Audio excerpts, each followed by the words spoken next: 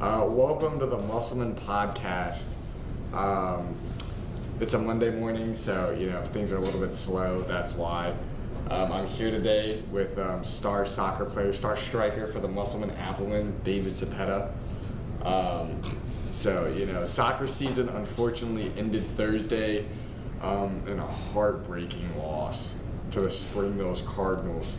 But one man who played in that game, David, he obviously played in that game. He knew it was a tense game, and we kind of had Spring Mills on the ropes. Took them to double overtime. David, tell us a little bit about what happened in the game.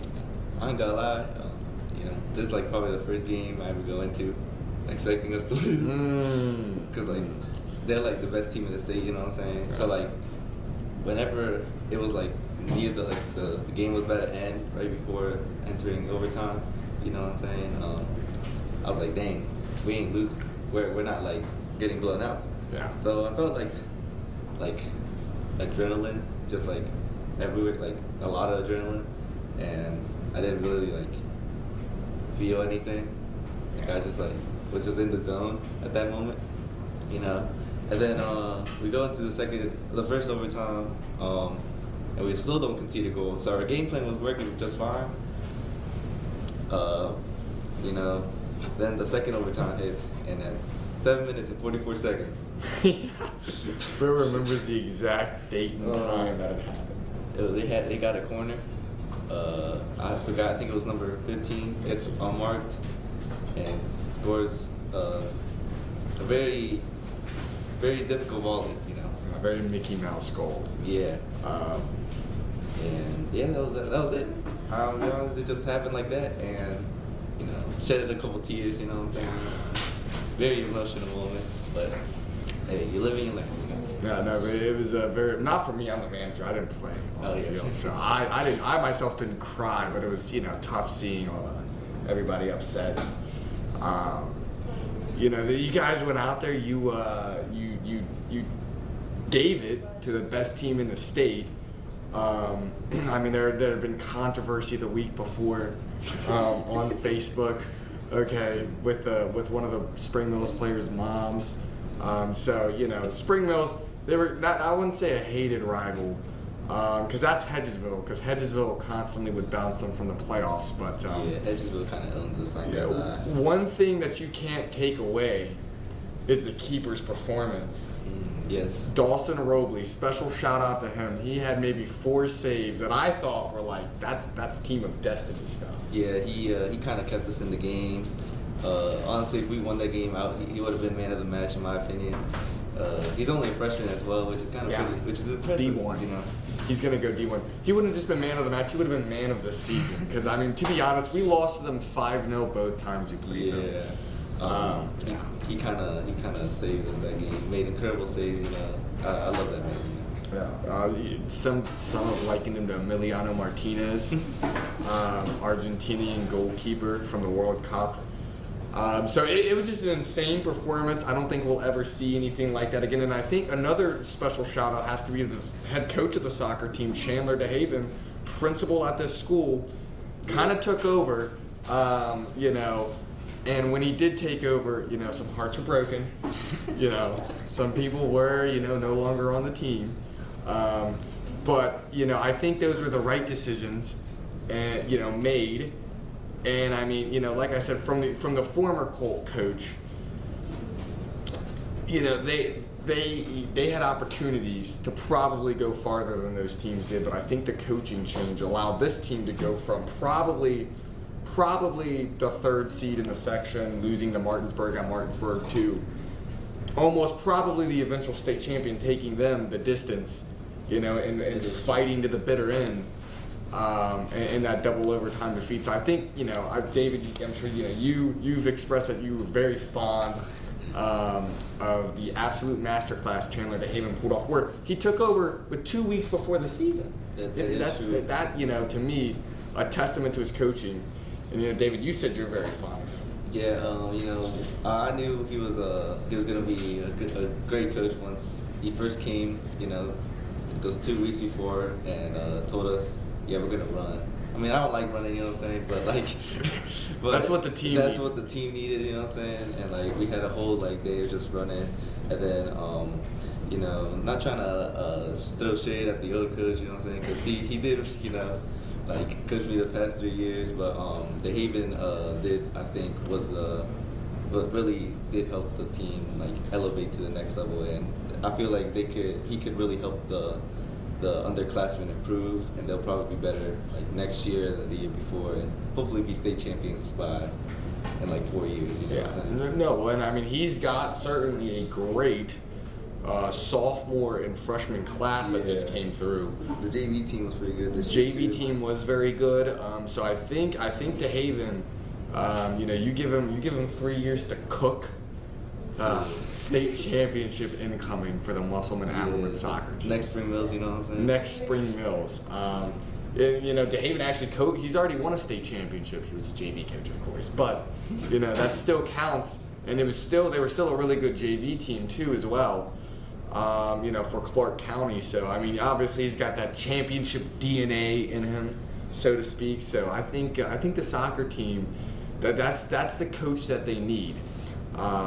You know, and hopefully he doesn't end up like past coaches where, you know, they get axed for, you know, unspecified reasons.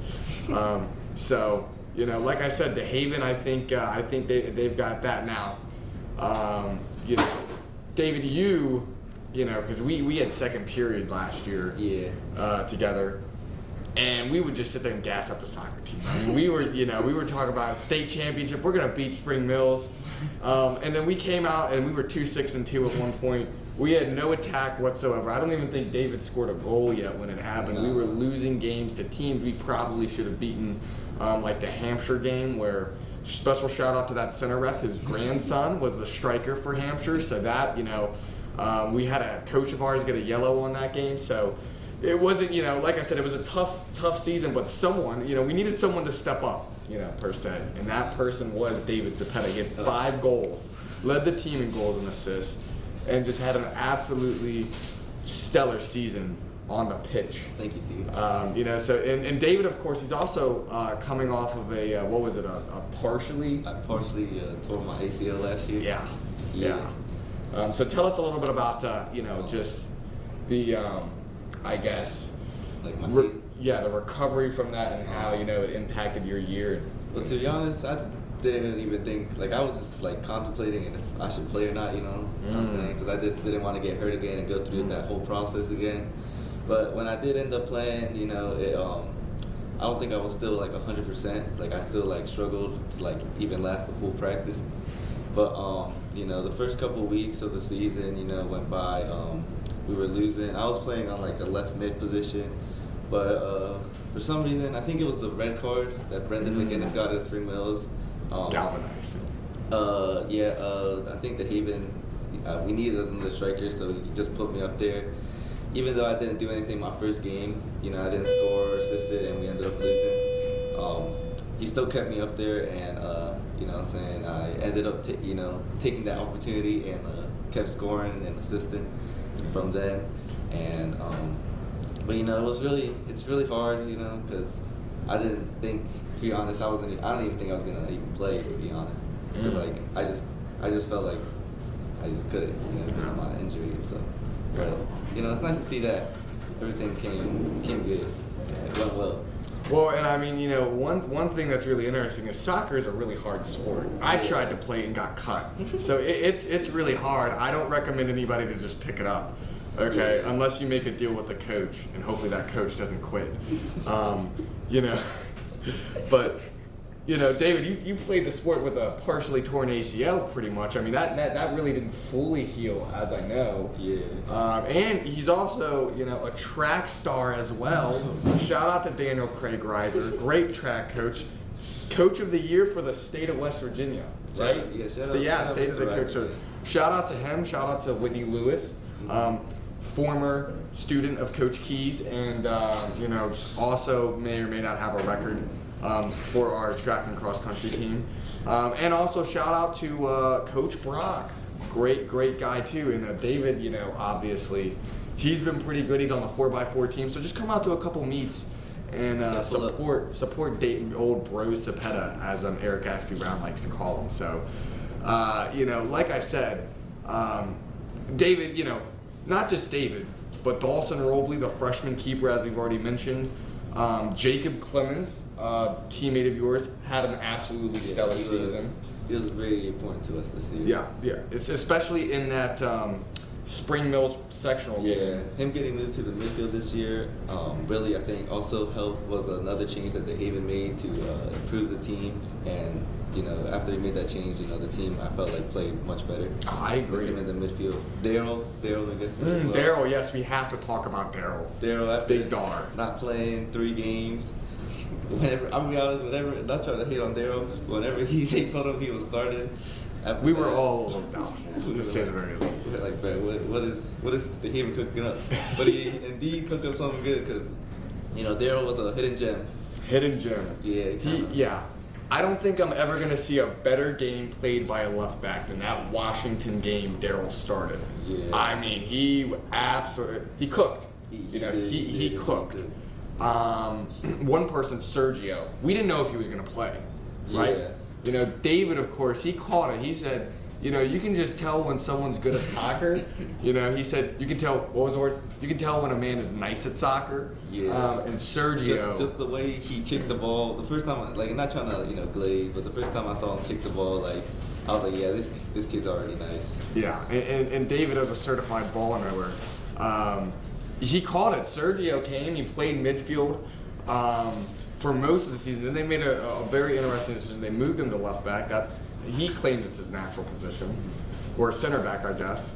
But they put him at left back, and it worked out. He was pretty good. They had him at left back for the sectional game. Yeah. And he played out of his mind. That was a masterclass until he cramped. Yeah. If he didn't cramp, we'd probably be a different story. Yeah, I don't think we'd be doing this season recap right now if Sergio, because I think if we would have gone to pens in that game, I think we would have won that game. Just the way had a better chance. The way that game was going, Spring Mills, you could tell was getting antsy, but obviously it didn't happen. Yeah, I think everybody was getting like a little nervous. I was talking to number 7, Sidney Crockett. Shout out to him, amazing player. Yes, very good. But before the second overtime started, we were lined up before the whistle. It was this is such a fun game, but I enjoy this game because he's saying the amount of adrenaline he also had, he was really feeling it. So yeah. Oh yeah, no. Well, the adrenaline of the game. I didn't even play in the game. I was just on the sidelines supporting the team, and the adrenaline. It was an exciting game. I put that as a top 3 soccer game of all time. So not as good as the World Cup final, but it's up there with it. So like I said, this was an absolutely it was a stellar season. You guys had no expectation. Most people would have predicted us to be like Hedgesville, 1 win at most. How the season started, I don't think anybody expected it to end like this. No. Being the second greatest team of all time, behind 2 years ago with that super team with Jacob Serba and Ty Hogan. Yes, super team. I think it was a good season, in my opinion. Yeah. Well, yeah, and I think the reason it was able to be as good as it was because of the coaching, but also some of the leaders at the top. Ethan Stegmeyer, captain. Jacob Clemens, also a captain. Matt Kensel, a senior. He's played varsity both, the last 2 years started. And one man, he's a regular on this podcast. Connor Tyrone Equinemius St. Amon-Ra Brown. Absolutely insane. Had a great season at right back. We love Connor. We do love Connor. We do love Connor Brown. Most would say his support at practice, the way he tried, his effort, top tier. Okay, he led the team through their toughest. So, Connor as a leader. The team next year needs another new Connor Brown. Yeah, they need a new Connor Brown. Who could it be? Caden Glaze? Brendan McGinnis? We don't know right now. Or Braden Gordon? Daryl, Daryl, I think he could be the leader, but he just doesn't have that outspoken style that Connor did. Or maybe Tuna. Tuna Pindana, he said he's done. He's a lacrosse player. Tuna Pittenger, pop out to the lacrosse games. If you're not going to track and you're not going to baseball games, you should go to Musselman lacrosse games to watch my boy Tuna Pittenger absolutely cook. He was the leader in the offseason. No doubt. He was indeed. No doubt. I think if Coach DeHaven saw just the leadership qualities His Tuna speeches has, before, his speeches the end of inspire practice. him. Yeah, really. David knows. David knows. So yeah, I think that's all we got for it. Again, like I said, great season. You had a great season. Yeah. So I'm Steven. This is David, and we're signing off.